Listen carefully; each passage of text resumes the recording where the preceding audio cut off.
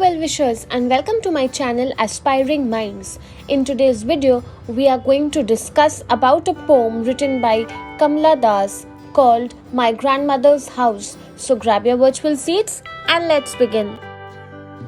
Kamala, also known as Kamala Suraya, was an Indian poet and writer who lived in Kerala.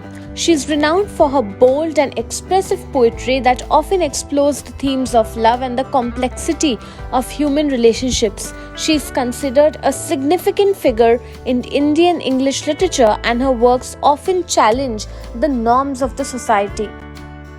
My Grandmother's Home reflects the poet's nostalgia for her ancestral home and the emotional complexities associated with this memory. The poem delves into the changes which occurred after the death of her grandmother, depicting a sense of loss, longing with the passage of time. And we can see that the poem is going to be a kind of a personal connection and the importance of poet's ancestral home. And to give you a little sneak peek into my life, I recently lost my grandmother in 2017, and I feel it was one of the best bonds of my life as well, and I really miss her presence even today. Let's now decode the line by line meaning of the poem.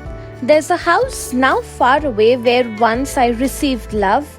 That woman died. So the poet introduces the distant house, which is her ancestral home, where she once experienced love, emphasizing the connection she had with her grandmother. The abrupt statement about the woman's death signals how important she was in her life and how it has been an important loss, a significant loss for her. The house withdrew into silence. Snakes moved among books. I was then too young to read, and my blood turned cold like the moon. So the poet describes what happened after the grandmother's death. She portrays the house as something which had retreated now into silence and decay. That kind of humming of people, the conversations and the energy is all now over. The reference to the snakes among books symbolizes the entering of negativity into the house and how the house is now on the verge of decay. The poet, being young, could not understand what these changes were that were happening around her, and her blood turned cold, which reflects the emotional impact it had on her. She was very numb after the death of her grandmother.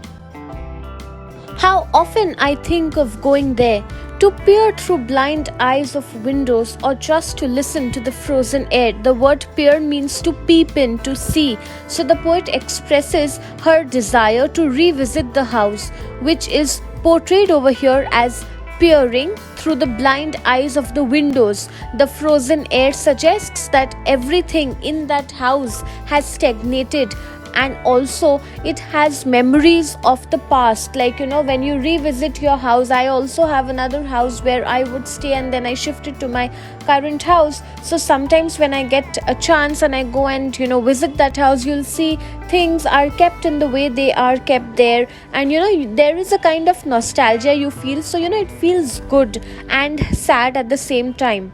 Or in the wild despair, pick an armful of darkness to bring it here to lie behind my bedroom door like a brooding dog. You cannot believe, darling. So the poet thinks about bringing the essence of the grandmother's house back to life and to make it a part of her present life. The imagery of darkness behind the bedroom door reflects how there has been a lot of darkness, sadness in her current life because of the absence, the lack of that love and warmth she received when she stayed at her grandmother's house.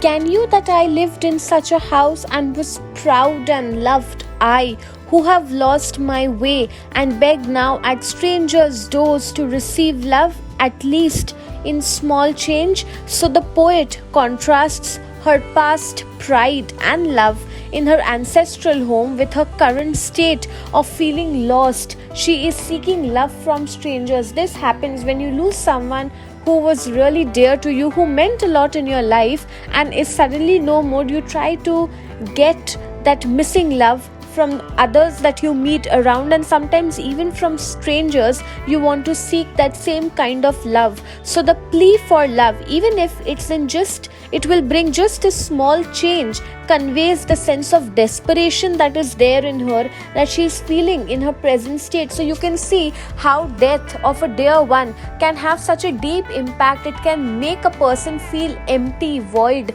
It can make someone feel that there's something missing, something is lacking.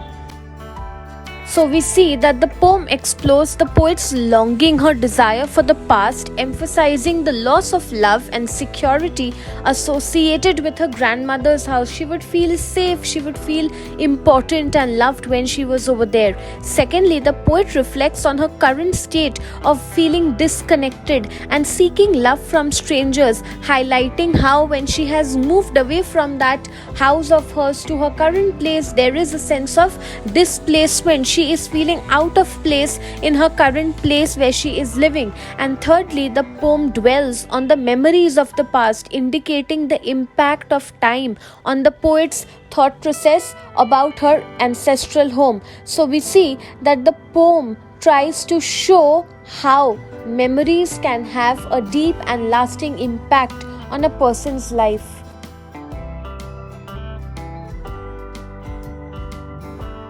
So that's it from this video. I hope you liked it. Do hit the like button. Subscribe to my channel for more such future updates. Thank you for watching. Bye.